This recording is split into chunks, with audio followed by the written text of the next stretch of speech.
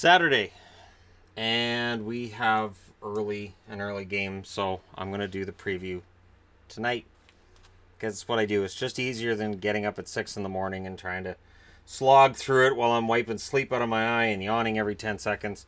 So we might as well just jump right into this with the main event. Toronto and Boston. So Toronto's 8-11-5. Boston's 8-5-2. Boston has not looked great over the last couple of weeks. They've had their moments, but in general, I'm concerned. The Toronto Maple Leafs come in led by Morgan Rielly with 7 goals, 13 assists, 20 points. He's on pace for 100 points this year. I understand he's slowed down, but he's still on pace for 100 points. Marner, 5 goals, 14 assists. He's almost on pace for 100 points. Tavares, 9 goals and 9 assists. A little off 100 points for him. Around 90 for him. Matthews, 10 goals and 6 assists. He, of course, is still out. Kapanen, 6 goals, 6 assists. Kadri's on the board at 5 goals and 6 assists, and his totals have been getting better. Marleau, 3 goals and 6 assists. He was robbed of a goal tonight by Ben Lovejoy. And Jake Gardiner, 1 goal and 8 assists for him to get on the board with 9 points. Toronto's playing very, very well. On the Boston side, Bergeron, 8 goals, 13 assists for him. Pasternak, 12 goals and 5 assists. Marchand, 5 goals and 12 assists. That first line has looked more human over the last couple of weeks. They weren't going to keep up that scoring pace anyways. Krejci, 2 goals and 11 assists for him. DeBrusk, 5 goals, 2 assists. Grzelcyk with 1 goal and 6 assists. McAvoy still on the board despite the concussion. 1 goal, 5 assists. And there's Chara with 4 points, 3 goals and 1 assist. And he's one of the top 8 scoring Bruins, even though we're 15 games into the season. And Toronto's 16 games in, and it takes 9 points to get into their top 8. So very top-heavy scoring for Boston. If you get into goaltenders, well, Anderson, 2.10 goals against, 933 save percentage. He's been pretty solid. Sparks, 3.49 goals against, 892 save percentage. On the Boston side of things, Halak, 1.96 goals against, 936 save percentage. Tuukka Rask, 3.05 goals against, 901 save percentage. Halak will start tomorrow because Rask is out with a personal issue that we don't know what it is yet. On the special teams side of things, Toronto, 27.3% on the power play, 84.8% on the penalty kill for a total of 112.1. They've scored 12 power play goals. They've allowed 7. On the Boston side of things, they're 30.6% on the power play, 77.5% penalty kill, a 108.1 rating, 15 goals for, 11 goals against when it comes to power plays.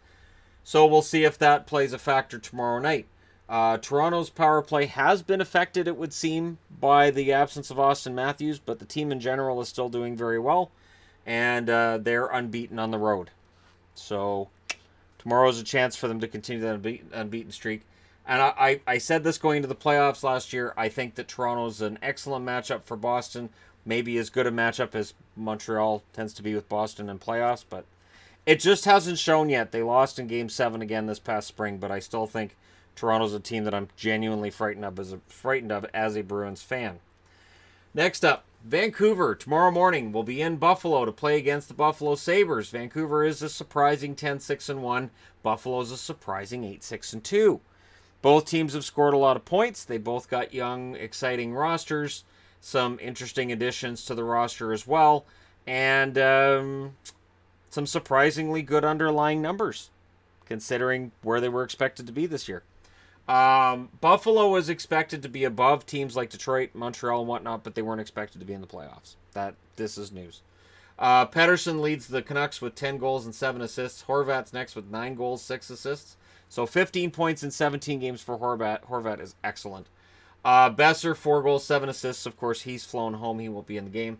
Eriksson, 3 goals and 6 assists. Louis Eriksson's quietly having a decent season, although it seems to be mostly Boston-centric. So we'll see if he can score against somebody that's not Boston. Goldobin, 1 goal and 8 assists. Virtanen, 6 goals and 2 assists. Granlund with 3 goals and 5 assists. And Ben Hutton's on the board with 4 goals and 2 assists. Hutton's quietly having a solid season as well, especially considering how things went for him in Vancouver last year, which wasn't good. Buffalo, Eichel leads the way with 4 goals, 15 assists. Skinner with 11 goals and 7 assists. Pominville, 8 goals and 7 assists. Reinhart, 1 goal and 9 assists. Connor Sherry, 6 goals, 3 assists. Okposo, 4 goals, 4 assists. Ristolainen, 2 goals, 5 assists. And McCabe is on the board with a goal and 6 assists. But he's been cold lately. He's just still on the board. Goaltending, Markstrom, 3.28 goals against, 896 save percentage. I think he would admit he didn't play well against Boston, was lucky to get the win. But he's 7-3-1, so he's getting a ton of wins, even though his numbers don't seem to indicate a goaltender should be winning, because Vancouver scores a ton of goals. None of us saw that coming into this season. Nilsson, 2.67 goals against, 912 save percentage. On the Buffalo side, all marks come back to earth, 2.79 goals against, 915 save percentage. Good numbers, nowhere near the heady numbers he had through the first few games of the year, though. Hutton, 2.78 goals against, 911 save percentage. Hutton's actually been getting better. Special teams, Vancouver, 21.1% on the power play, 79.4% on the penalty kill, for a total of 100.5. That being said, being a good number, they've scored 11 power play goals, they've allowed 13. On the Buffalo side of things, they've got a power play of 18.6%, penalty kill of 80.0, meaning a total of 98.6. But they've allowed 10 power play goals and scored 11. So when you look at the special team side of things, it looks like it barely favors Vancouver. When you look at the actual goals, it kind of favors Buffalo. We'll see. That looks like a saw-off. But this is a big game for Vancouver. If Vancouver can come out of Buffalo with a win tomorrow, holy crap! Like, we're officially into bizarro world at that stage, because they'd be 11-6-1, which tells me the Canuck fan inside me says so they'll lose then. And it is a natural reaction to being a Vancouver Canucks fan, and it sucks, and I hate that reaction, but that's kind of the expectation. And for Buffalo, of course, if they go to 9-6-2, they're in excellent shape already, and that would definitely help them. There are a lot of teams off to slow starts. For the teams that have got off to a surprising starts, if they can just maintain the pressure and manage to win more games than they lose, once February rolls around, we might be saying, wow, look who's in the playoffs. It all starts here. Really, really does. Next up, Nashville is 12-3. They're in against Dallas. Dallas is 9-6-1. Dallas is so hard to predict. And whatever you think of Dallas, you're right. If you think they're a really good team, you're right. If you think they're top heavy, you're also right. If you think, well, with those guys injured, they're not going to win, yeah, you're probably right. If you think without those guys in the lineup, they'll be fine, probably right. I don't know. It's so unpredictable this year with Dallas. It really is. They make me nervous. Johansson, 2 goals, 13 assists for him to lead Nashville scoring. Forsberg, 10 goals, 4 assists. Arvidsson, 8 goals, 4 assists.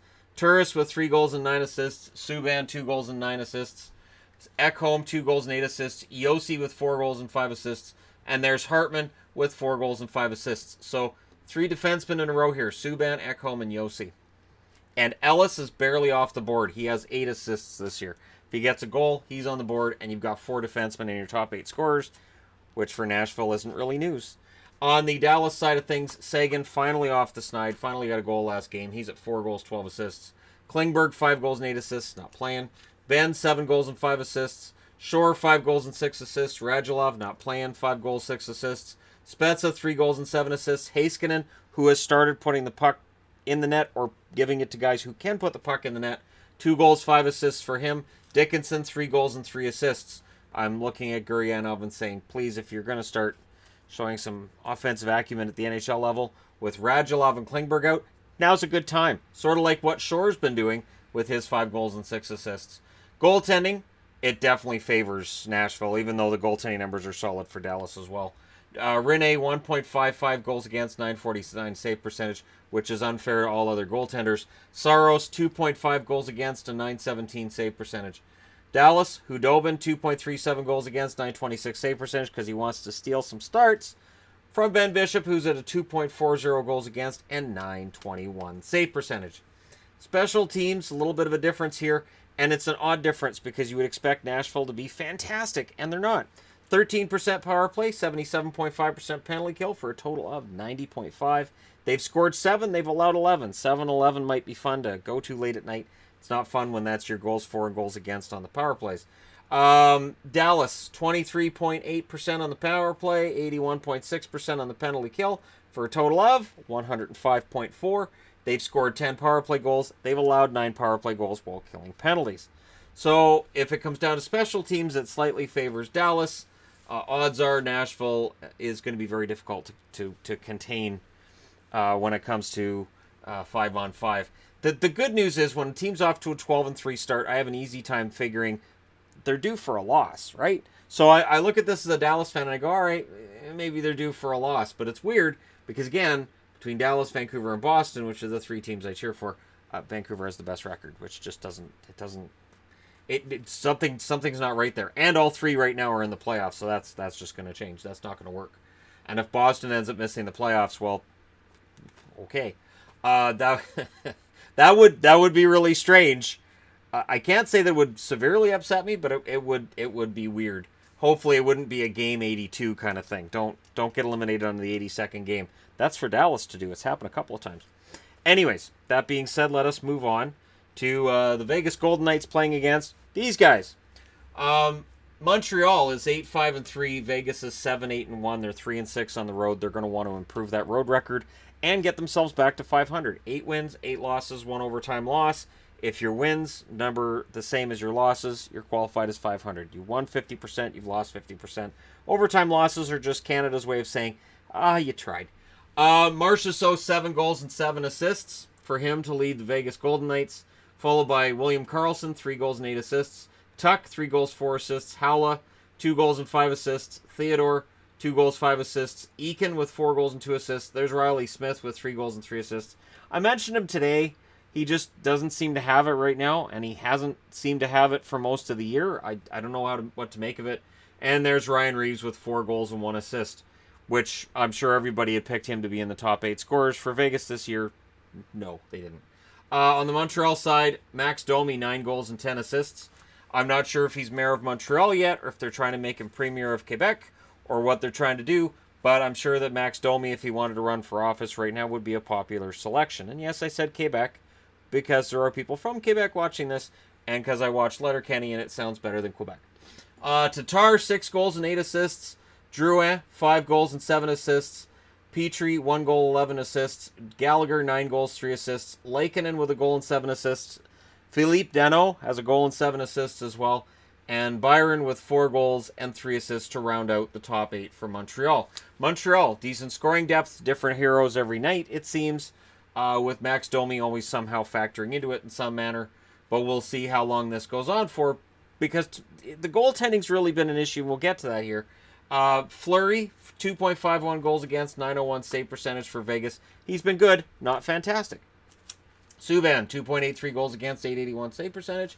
On the Montreal side, Carey Price, who sits tomorrow, 3.07 goals against, 892 save percentage. Antti Niemi, 3.13 goals against and an 893 save percentage.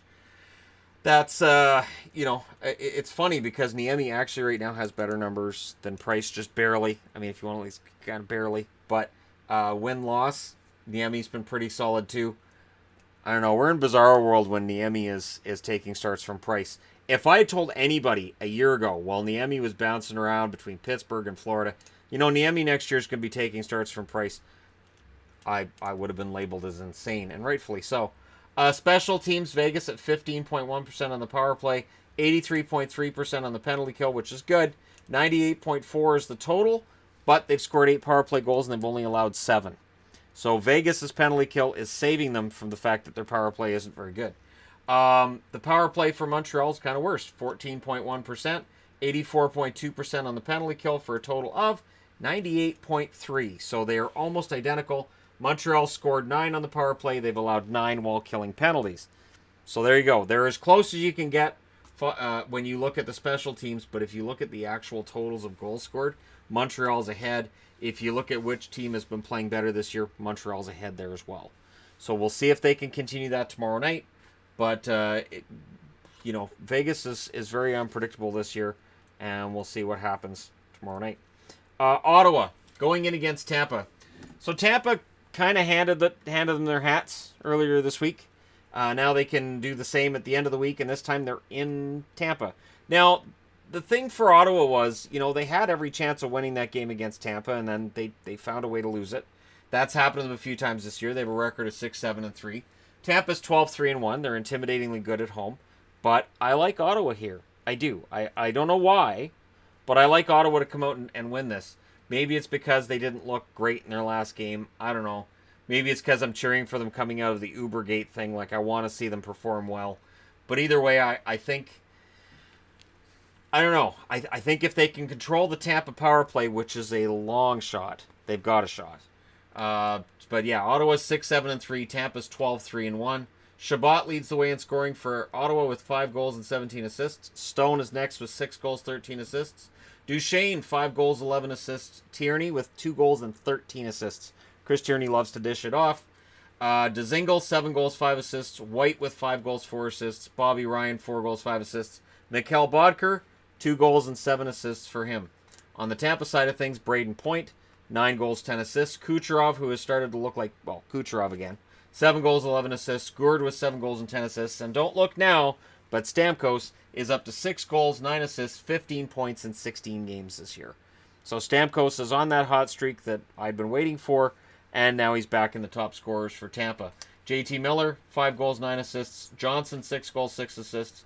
McDonough, 1 goal, 11 assists. And Anton Strawman with a goal and 7 assists for the Tampa Bay Lightning to round out their top 8.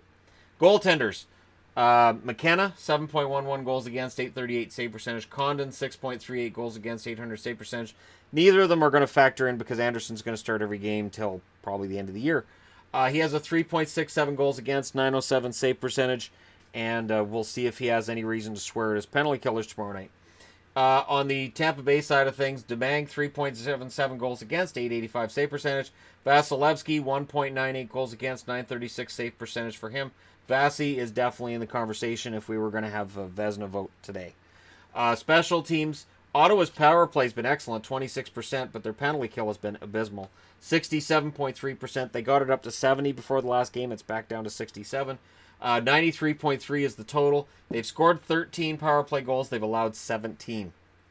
They've scored more on the power play than everybody but Boston on this board, and yet they've also allowed a lot more than everybody else on the board, and that's essentially part of what's hurt their record. On the Tampa Bay side of things, 23.7% power play, 90.2% penalty kill, for a total of 113.9, and their special teams, they've scored 14 power play goals. They've only allowed 6 while killing penalties. It is not the heady total that they had at the start of the year. They're no longer 100% on the penalty kill, but 90.2 is still a pretty good penalty kill, and we'll see how long they can keep that up. So everything points to Tampa winning this. I don't know. I kind of like Ottawa in the game. And I'm sorry, because the odds of them winning this seem slight, but I like their chances. I have no logical reason for choosing them either, but logic doesn't have to have a whole lot to do with it. It could just be that gut feeling. Calgary. The Flames are going into LA tomorrow night to meet up with the Calgary Flames. Meet up with the LA Kings. They're not meeting themselves. That's not how this works. It's not the preseason. They're not split squad. Calgary 9-6-1, LA 5-9-1. LA is 3-2 since the return of Dustin Brown. Yeah, I'm going to track that for a while and see how long that remains above 500 with them in the lineup, or if it drops to 500 or what happens. The scoring side of things, Matt Tkachuk, 7 goals and 12 assists for him to lead the Flames. Goudreau's right there with him at 6 goals, 13 assists. Lindholm, 9 goals and 9 assists, and Monahan with 8 goals and 10 assists. Giordano, excellent season for Mark Giordano, 2 goals and 14 assists. Backlund, 3 goals, 7 assists. Frolik with 7 goals. And there's James Neal on the board with 3 goals and 1 assist. And maybe he's finally getting that top 6 minutes. Maybe he'll start producing at the Calgary for the Flames and putting up the kinds of totals that he has in his career previously. He is a streaky player, so that works to his benefit. On the LA side of things, Kovalchuk still leads this team in scoring with 5 goals and 9 assists. Carter, 4 goals, 6 assists. Doughty with a goal and 9 assists. Toffoli with 4 goals and 5 assists. Iafallo, 3 goals and 5 assists. He's been sitting with the same point total for a while. He's had, I think, 1 goal in the last 6 or 7 games. I don't think he's had any other points, because I know he was leading the team with 7 points not that long ago. Now he's still on the board, but he's only got 8.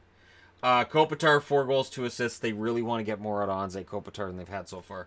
Martinez, 1 goal, 5 assists. And there's Dustin Brown with 3 goals and 2 assists in the 5 games since his return.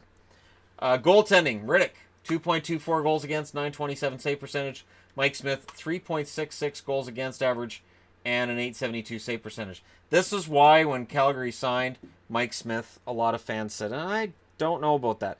It wasn't that Mike Smith wasn't coming off of an excellent season in Arizona. It's that once a goaltender reaches that stage where they're just not an elite or a really, really solid starter anymore, they could just fall right off the cliff.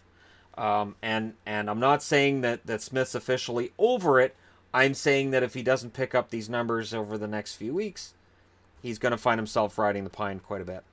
And I'm not sure what you do in Calgary. Do you end up moving him? Do you keep him for another year after this one? Like, he still has one more year left on his contract, right? I'm pretty sure it's one. Could be two. Anyways, L.A., Jack Campbell, 2.46 goals against, 918 save percentage. I'd be really surprised if he wasn't the starter tomorrow night. Jonathan Quick, who's on the mend. We don't know how long. 2 to 5 more weeks, I believe. 4.55 goals against, 845 save percentage. And Peter Budaj, 2.00 goals against, and a 909 save percentage. So, if I had to give an advantage in net, I'd say if Smith plays, that would go to Campbell. I would give Riddick a little bit of an advantage over Campbell. But Campbell's been pretty good. He's had a couple of bad games that dragged him down, but Campbell's been pretty good. Special teams. On the Calgary side, they've got a 17.5% ranking on the power play. Their rating on penalty kill, 73.6, for a total of 91.1. They've scored 11 power play goals. They've allowed 14. On the LA side of things, their power play is at 15.7%. Their penalty kill, 81.8%, for a total of 97.5. So the good news is their penalty kill is in LA territory. The bad news is their power play is in Columbus territory. That's the problem. For a total of 97.5, they've scored 8 power play goals, and they've allowed 8 shorthanded. So for LA, this is a big game tomorrow night. If they want to genuinely get back into it, going against Calgary and coming out with a couple of points would help. Being 4 games below 500, though, it's difficult. It is a tough slog from here. We're 15 games into the season for them. That's 20% of the year almost. And it's difficult to make up that ground because you start looking at your schedule and saying, okay, we have to win 8 out of 10. Oh, we lost another one. Now we got to win like 9 out of 11. And it grows from there. And it gets to the point where it's such a daunting task that you're stuck in rebuild territory by January. Anyways, I'm going to go ahead and change the board over. Alrighty, changed over. Arizona in Pittsburgh. Both teams are 1 game above that magical 500 mark. Arizona 7-6-1 and Pittsburgh 6-5-3. Hands up if you thought that at this point in November Arizona would have a better record than Pittsburgh. Hands up if you thought they'd have a better record than Pittsburgh after they lost their first few games of the year. Lying. But I approve. That kind of moxie is fantastic in this day and age. Anyways, Arizona is, they're coming off of a rough loss against Philly. The good news is it was in overtime, so they still got the point, but they're really wishing they'd brought that home. If they'd been 8-6 going into Pittsburgh, that's a pretty impressive record, especially considering the start they had. Anyways, Clayton Keller leads their scorers with 5 goals and 6 assists. Oliver Ekman-Larsson, 2 goals and 8 assists. Grabner, 4 goals and 5 assists. Brad Richardson, 5 goals and 2 assists. Remember, this guy sat out there as a UFA for a while, and then they just bring him back on, we'll give you a tryout, whatever. Here's $20 to play for us. He's got 5 goals. Hinostroza, 3 goals, 4 assists. Stepan, 3 goals and 4 assists for him. Goligoski, 1 goal, 6 assists. And there's Galchenyuk, who in 7 games since he came back from injury, 2 goals and 4 assists for him. So he's played very well, and he's been a large part of the reason why Arizona's been able to maintain their momentum. Now they got to maintain it going into a Pittsburgh game against a team that should be quite ornery tomorrow night. Malkin leads their scorers with 7 goals, 13 assists. Kessel's next with 7 goals and 9 assists. Crosby also tied for the team lead in goals. He's got 7, but he's got 8 assists to go with it for 15 points, which isn't bad considering he's only played 14 games, so Crosby at this stage still above a point a game. Letang, 4 goals and 8 assists. Gensel, 5 goals, 4 assists. Alexiak, 4 goals and 4 assists. Simone with 3 goals and 5 assists. And there's Hornqvist with 4 goals and 2 assists. And of course, Brassard, numerous others rumored to potentially be on their way to town. This happens every year. Happened during the summer. Kessel's going to go. They're going to get rid of Kessel. They never got rid of Kessel. Goaltenders. Antti Ranta, 2.10 goals against, 928 save percentage. Darcy Kemper, 2.61 goals against, 917 save percentage. Goaltending's been pretty solid for Arizona, even during their losing streak to start the season. On the Pittsburgh side, DeSmith, 2.22 goals against, 929 save percentage. He might be playing his way into the starter's role. Murray, 3.87 goals against, 886 save percentage. He might be playing his way into being the backup. If you look at special teams, Arizona, 17.5% on the power play. It's getting better. Their penalty kill, 91.1%. And watch for shorthanded goals. Arizona scores a ton. They've started being mentioned in terms of, well, the record is Edmonton Oilers in 83-84 had, I think it was 36, they said was the record. Mentioned it the other night anyways. And the fact that they're even mentioning the record, even though Arizona's not going to get close to it, shows just how well they've been playing shorthanded.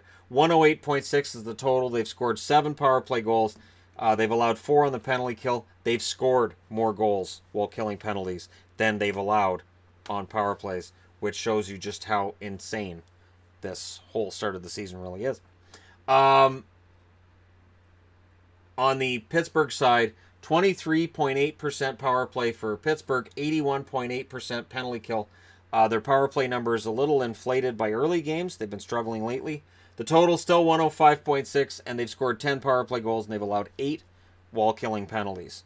So it is not the differential that it used to be, and they have been struggling.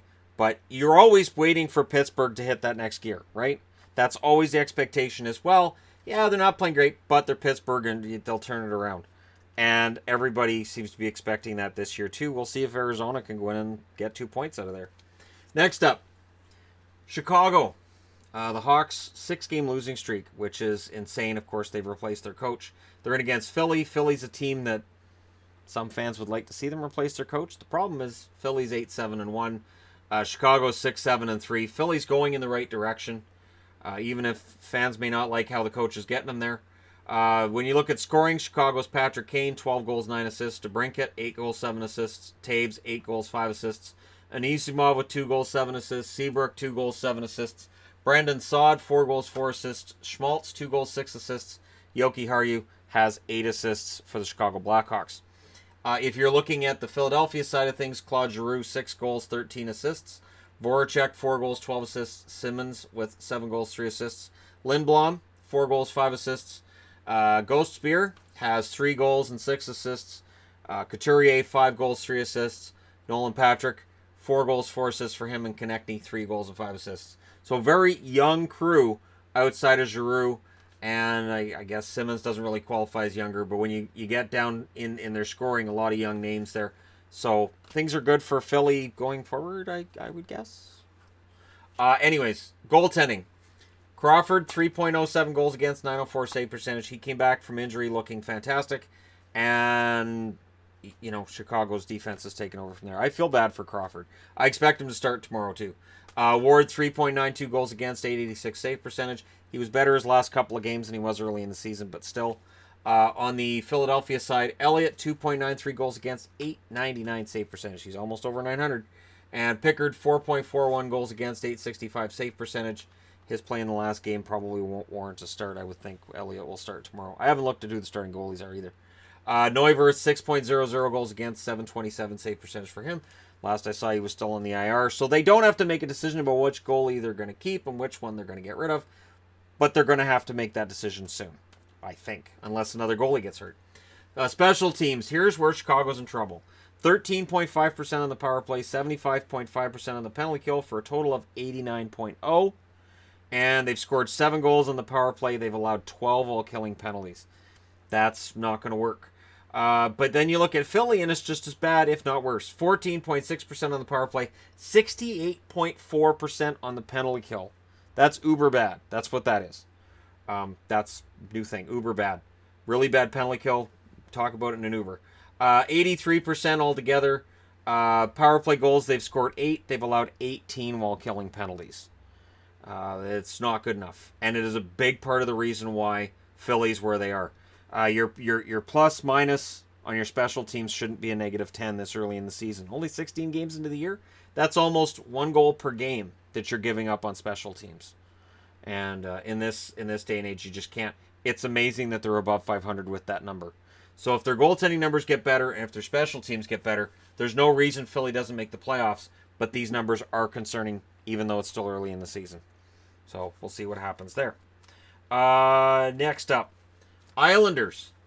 Yes, The greatly disrespected Islanders, 8-5-2. They're currently second in their division. They're in against Florida, who are 4-5-3.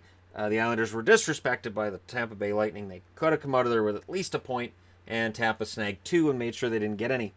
And for the Islanders, this is a little bit of a tricky game because Florida's started playing better. Florida's won 2 of their last 3, and they have started playing better. And part of that has to do with goaltending, but we'll get to that. Scoring leaders, Josh Bailey for the New York Islanders, 5 goals, 12 assists. Anders Lee, 5 goals, 8 assists. Barzal, 1 goal, 12 assists. Nelson with 7 goals and 3 assists. Zizekas, 5 goals, 4 assists. Filppula with 5 goals, 3 assists. Eberle, 4 goals, 3 assists.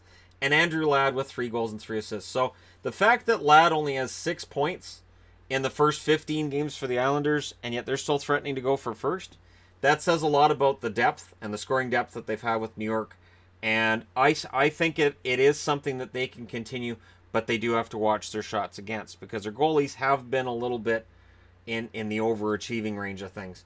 Dadonov leads Florida scorers with 7 goals, 7 assists. Keith Yandel, 3 goals, 10 assists. Hoffman, 6 goals, 5 assists. Trocheck has 3 goals and 8 assists. So does Jonathan Huberdeau. Barkov, 2 goals and 8 assists. Bukestad, 3 goals and 4 assists. And Frankie Vetrano with 4 goals gets into the top 8. Robin Lehner, if you're looking at goalies, 2.53 goals against, 924 save percentage for the Islanders. Pretty darn good. Grice, 1.98 goals against, 940 save percentage. Grice is officially in WoW territory when you look at those numbers. Florida, Reimer, of course, struggled when Luongo was out. 3.36 goals against, 885 save percentage. Roberto Luongo reminding people why he's one of the best goalies in the league when healthy. 1.19 goals against, 959 save percentage. And Hutchinson, Hutchinson. I almost said Hutchison, but it's Hutchinson.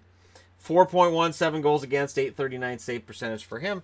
And, of course, he currently is in the American League. Special teams, it doesn't really favor either on this one either. 18.4% power play, 81.2% penalty kill, 99.6 altogether. They've scored 9 and they've allowed 9. So special teams, not really a problem there. Not really a benefit either, but not really a problem. On the Florida side, they've got a 20.4% power play, 70.7% penalty kill. They'd like to fix that for a total of 91.1. They've scored 11 on the power play. They've allowed 12 when killing penalties. So they're a -1. They're 1 game below 500. They can get back to 500 with a win tomorrow night. A lot of pressure, I would think, on Florida right now because their schedule, as I've said before, is going to get really difficult. They have to play those games that they've got in hand on everybody else over the rest of the 2018 year right up to the end of December. There's some tough stretches in there for Florida, so there's going to be a big gut check coming up. And this game is going to be part of that. They're against a team that looks like they might be contending for a division title. How are they going to respond? Next up, Detroit. I love Larkin. I do. I may not be a Detroit fan, but I love Larkin. I love that kid. And I've said that for years. Carolina, well, their last game they didn't outshoot their opponent. So, good. They're 7-7-2. Detroit comes into this 6-8-2. If Detroit wins this in regulation, they have the same record. Hands up if you expected that. You're lying. Why do people lie when you watch my videos? It's so sad. Larkin leads the way in scoring for Detroit with 7 goals and 9 assists. So that's 16 points in 16 games. Not bad. Nyquist, 2 goals, 12 assists. Bertuzzi, 5 goals, 3 assists. Athanasiou had a couple of points tonight, so now he has 5 goals, 3 assists. Cholowski, 2 goals, 6 assists. Nielsen was back tonight and had an assist, which is his 7th of the season. Glendening, 1 goal, 5 assists. And Abdelkader's on the board with 4 goals and an assist. If Abdelkader starts scoring for them, that's Bizarro World right there, isn't it? And with that 4th goal, technically he's on pace for 20. That's really kind of weird. Carolina. Aho leads them in scoring with 4 goals, 14 assists. Teravainen, 3 goals, 9 assists. Ferland, 7 goals and 4 assists. Williams with a goal and 11 assists. Stahl with 5 goals, 3 assists. Slavin, 2 goals and 5 assists for him.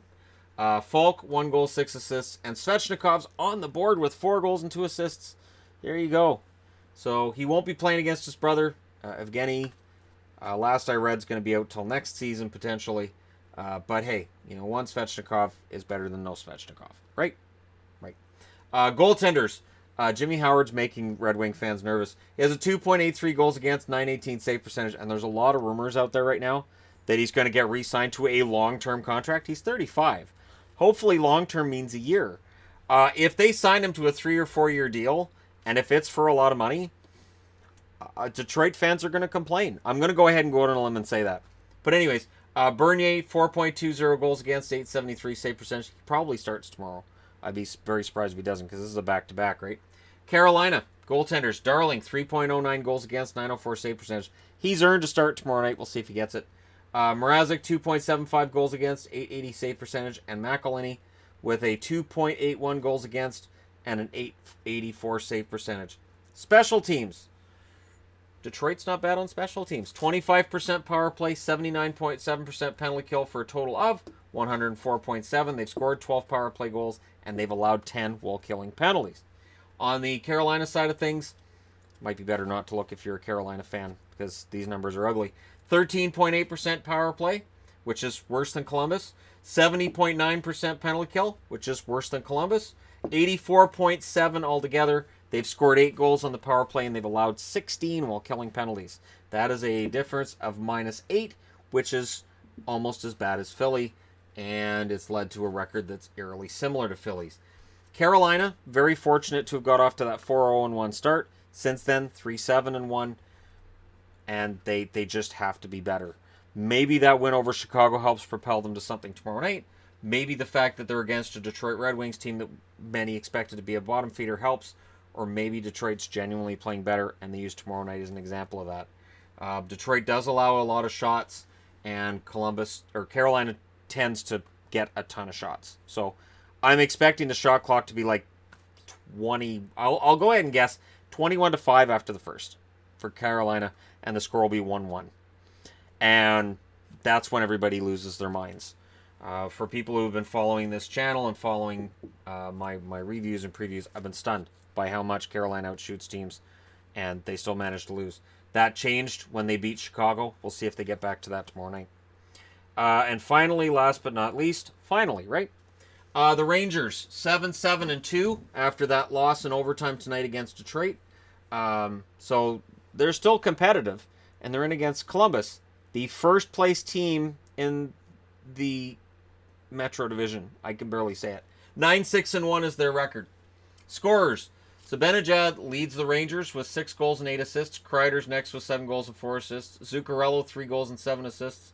Pionk has 3 goals and 6 assists. He's tied with Howden, who has 3 goals and 6 assists. And Hayes has 3 goals and 6 assists. VC, 5 goals, 2 assists. Buchnevich is on the board with 4 goals and 3 assists for the Rangers. And Buchnevich is a guy they'd like to see more offense from than they've seen so far. On the Columbus side, of course, Panarin leads the way with 5 goals, 12 assists. Atkinson was a scratch in tonight's game. I don't know if he's going to play tomorrow or not, but it's interesting that they won without him. 6 goals, 5 assists. Werenski, 3 goals, 8 assists. Duclair, 7 goals and 3 assists. Dubois with 6 goals, 4 assists. Foligno, 5 goals, 5 assists. Anderson, 7 goals, 2 assists. Nudavara, 2 goals and 6 assists for the Columbus Blue Jackets. Goaltenders. Don't mind if I do. Lundqvist, who played tonight, 2.65 goals against, 921 save percentage. It's likely Georgiev tomorrow night. At 3.60 goals against, 897 save percentage, but he's playing better than those numbers show, at least in his last couple of games. On the Columbus side, Bobrovsky played tonight, 2.90 goals against, 908 save percentage. Tomorrow night's probably Korpisalo, 3.80 goals against, 884 save percentage. 3.8 goals against, 3.6 goals against. Are we going to see a bunch of goals tomorrow? Now, I won't predict that, because when I do, you've seen what happens, right? Right. If you look at special teams, neither team is happy right now. 19.2% power play, that's okay. 78.2% penalty kill, total of 97.4. But clearly they're taking more penalties than they're getting power plays, because they've scored 8 power play goals and they've allowed 12.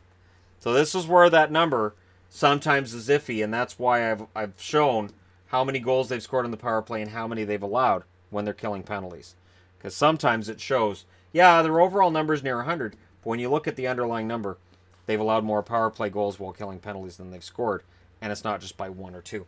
On the Columbus side of things, 14.5% power play. It is getting better. I will grant them this. It is getting better. Penalty kill is 75.9, total of 90.4. They've scored 7 power play goals, and they've allowed 12. So Columbus, that's a number that if they can get that closer to even, and they can maintain their 5-on-5 numbers, and Bobrovsky manages to keep getting better, Columbus may very well be the best team in the Metro Division this year. Which one magazine I bought, one yearbook, said they would be first in the division. I want to say it was Hockey News. Not sure. I'll go through and find out, and we'll see. We're way ahead of that, though. About halfway through the season, we'll look back on all the predictions and see which ones have been right so far. Hint, none of them are going to be right, because that's just how it works every year. But there you go. We've got 11 games tomorrow night. I have previewed all 11. Let me know your thoughts on all 11 games in the comment section below. Don't forget to hit like and subscribe if you're browsing your way through, you just happened upon this video. Thank you guys so much for watching. I'll talk to you again soon.